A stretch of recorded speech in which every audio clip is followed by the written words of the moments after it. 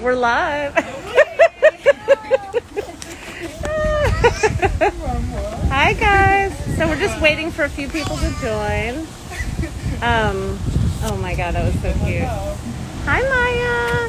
Hello. So hi. So we're visiting this lovely family in Park Slope with it's Jonathan and Amy and Maya and newborn to come baby on the way in October, right? Yep. October. So so yeah, why don't you introduce yourself and your roles as essential workers, as rockstar essential workers first, and talk about your experience. I know it's been a really hard 5 months, so. I'm a psychiatrist and I work with the New York State Office of Children and Family Services. And If you can just speak up a little, because a little more. cars Okay. are really loud. Yeah. Okay. Wind and the And I cars. work with youth. So I've done that for a couple of years, and then I took a break when we had Maya, and now I'm back. And yeah, it's been really interesting because my role shifted from an on-site, and now we're doing some remote telemedicine. Oh wow, okay. And you work mostly with youth, with the youth population. What are the biggest challenges facing that community right now? I definitely think resources. A lot of these families don't have the basic resources that they need, to be successful. So I think that if they got those resources at an early age, that can make a huge difference. Like specific, can you give a few examples? Specifically like family therapy and even basic things like, things a lot of people take for granted, like having enough food in the house, having, parental support. A lot of times, the families are stretched very thin, having to work a lot of jobs and just to kind of make ends meet. Yeah. Those types of resources. Yeah. And how were they affected during the pandemic, how was the juvenile justice system affected, do you think? Well, a lot of kids got stuck because, the courts weren't happening regularly, so a lot of times things would kind of get stalled, just like, out in the world, a lot of things weren't happening because things were being shut down. Yeah. And Jonathan, tell us you said you've been working at 4 different hospitals, and just give us a little bit of your background and what you've been... So I'm a physical medicine and rehab resident. Hold please. Hold on a second. Brooklyn. Thank you. Oh my goodness. I was like, what is that? Yeah, so I'm a resident in physical medicine and rehab. I'm based out of SUNY Downstate, but we work in 4 different hospitals all throughout, really all of New York. We work at SUNY Downstate, Kings County, St. John's Episcopal, and Staten Island University Hospital. And we rotate kind of mostly monthly through the different sites. And yeah, so basically what we do is we have different roles depending upon the rotation, but there's an outpatient role, which is anything, basically my field is anything nerves, muscles, or skeletal system.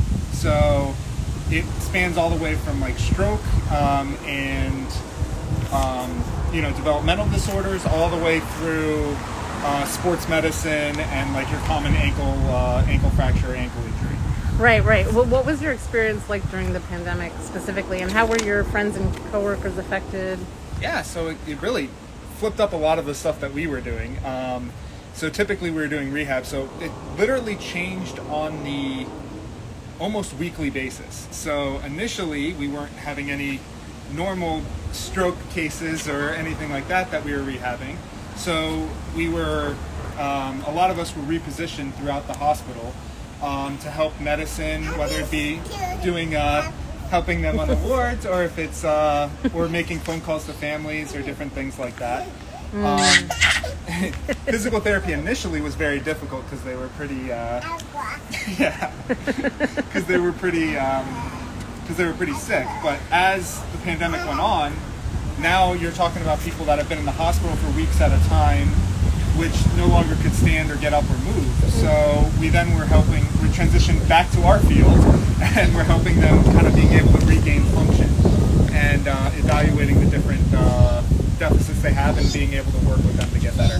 Right. One of the ICU nurses we talked to said that a lot of people were, because they had to lie in the prone position, they ended up with some long-term shoulder problems when they headed home. It's really, there was widespread different injuries or different issues. It turns out like COVID was much more than just simple respiratory, whatnot. So yeah, they did have some shoulder issues or just positional issues in general. They weren't necessarily, especially if they were intubated, they weren't able to even hold themselves up or in different things. So if they're in a bad position, they end up getting sores or sore muscles or even like pulled muscles or things like that. Yeah. But it even went beyond like, it involved cardiovascular system. There was a high clotting, high degree of clotting. We did a lot of EMGs, which is part of our field as well. It's a nerve test, and that measures how well the nerve is firing. And we needed quite a bit of EMGs on different patients to measure how that they were doing. So, yeah. And you said that one of the hospitals you work at was the only hospital taking. Can you talk us through that again? Yeah. So maybe about a week or two into the pandemic, they designated SUNY Downstate as COVID only. I think partly because it was a state-run hospital, and partly because it was. Partly because it was a state-run hospital. Oh, No, Daddy! Cutie. She just loves you too much. Yeah, partly. We got rain, we got wind, we got babies. So yeah, so. Are you just stealing the show? I think so. It's kind of hard not to. It's just too cute. You steal the show. Yes, you do. So anyway, yeah. So yeah, about a couple weeks into the pandemic, being that we were state-run and also had a hospital across the street, we were able to they were able to designate us as COVID only. So that means basically any other regular cases went to King's across the street, and every single case that came into Downstate was a COVID patient. And allowed us to kind of pull some resources and allowed us to get kind of more supplies in the same spot instead of sending them out to a bunch of different hospitals. But What was definitely pretty stressful. Sorry. Yeah, what was it like to be at that hospital? It was definitely a lot. The different codes over the loudspeaker were kind of endless. So there was definitely short-staffed and just trying to get through everything. You kind of took it one day at a time, and you really appreciate your coworkers and the different staff and things like that. Yeah, and it's kind of good that you have a wife who's a psychiatrist. Yeah. I mean, that's a lot to. I know that everybody's dealing with a lot of trauma. Yeah, I needed her more than most do, because during kind of the whole process, my dad was also diagnosed with pancreatic cancer, so it was a kind of a combination of a professional drain as well as in your personal life. It's constant, like, just so many other issues to worry about that you normally, it's bad enough as it was, but just logistical, like I can't go down and visit, things like that because he's in Florida. Yeah, how's he doing? His spirits are good. He is undergoing chemo right now. We're hoping he responds to it, but it's kind of indeterminate at this point. Yeah. That's so hard. Do you think you'll be able to go down and visit at some point? Yeah, I think so. We were trying to plan for September, but I don't know if that's going to happen at this point. But we're definitely planning on trying to. Whether we're going to try to transfer his care maybe up to Sloan or whatnot. Especially when the baby's about to arrive and stuff, because I know he would love to see his new grandson or daughter. I think that's been the most painful thing for a lot of people is if they have relatives that are ill or elderly relatives that they can't see for such a long time or at the end of their life. It's just, it's really hard. So, and what do you see as the biggest challenges now for this community, for Brooklyn, for New York? Well, I think there's a lot of, concern about is there going to be a second wave of this and what's that going to look like? And so, that's a valid concern because not everybody in the country has been taking it as seriously as we have, and New York is a travel hub. So, I think that the governor and the mayor, I think, have done a good job about, keeping things, making sure that everybody's doing their part, wearing the masks and distancing, and looking at the numbers. And so I think all we can do is do our best and stay positive. Yeah. Subway Therapy sending a hug. Hi, Subway Therapy. And Stoop Music Brooklyn.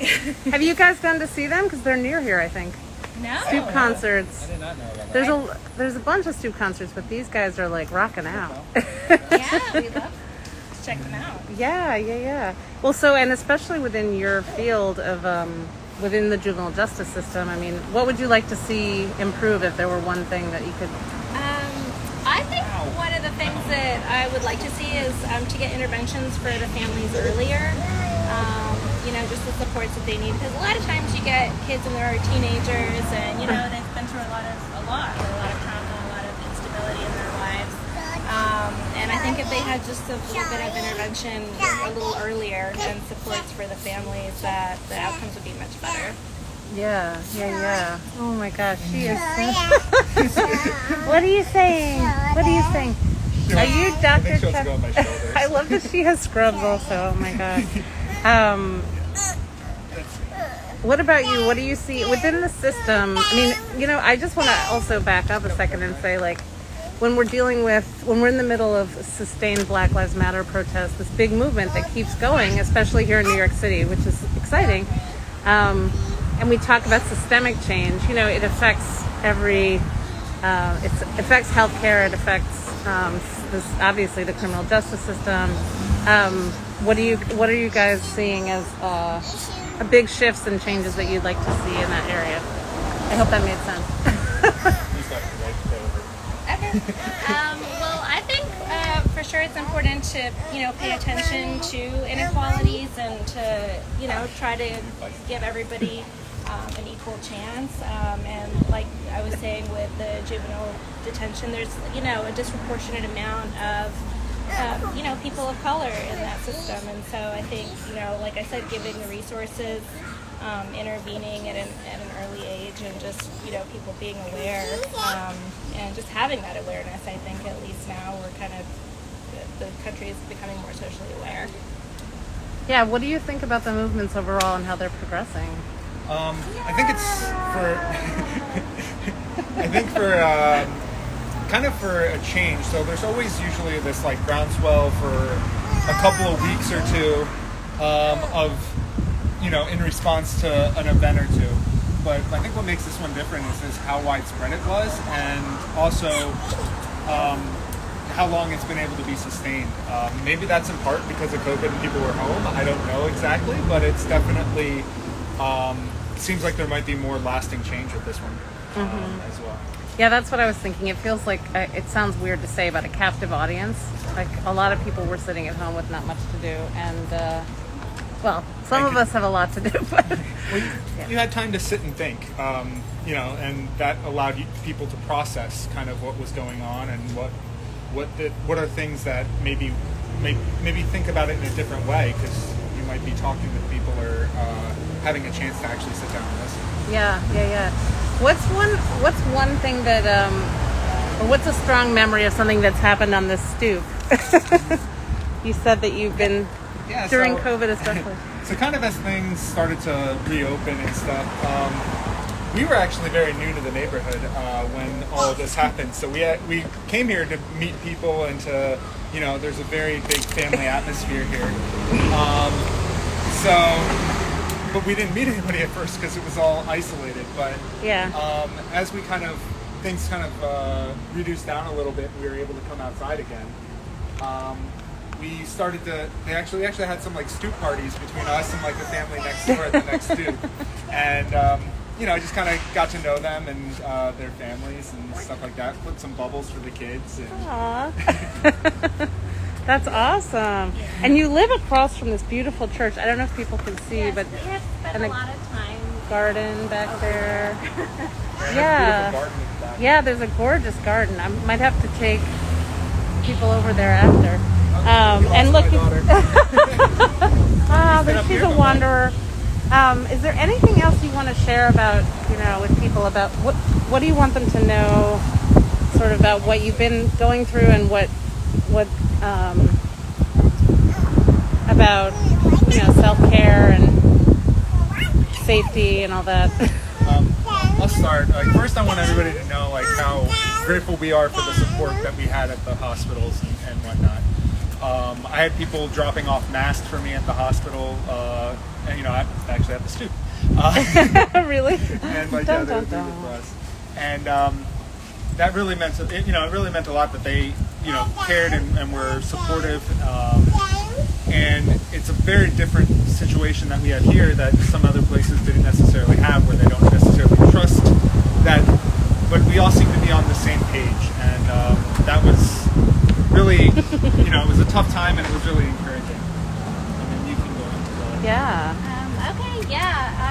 Likewise, I just wanted to, thank the community for the outpouring of support. I mean, the neighborhood, I know that a lot of groups got together funds to get N95 masks and just basic equipment that was needed.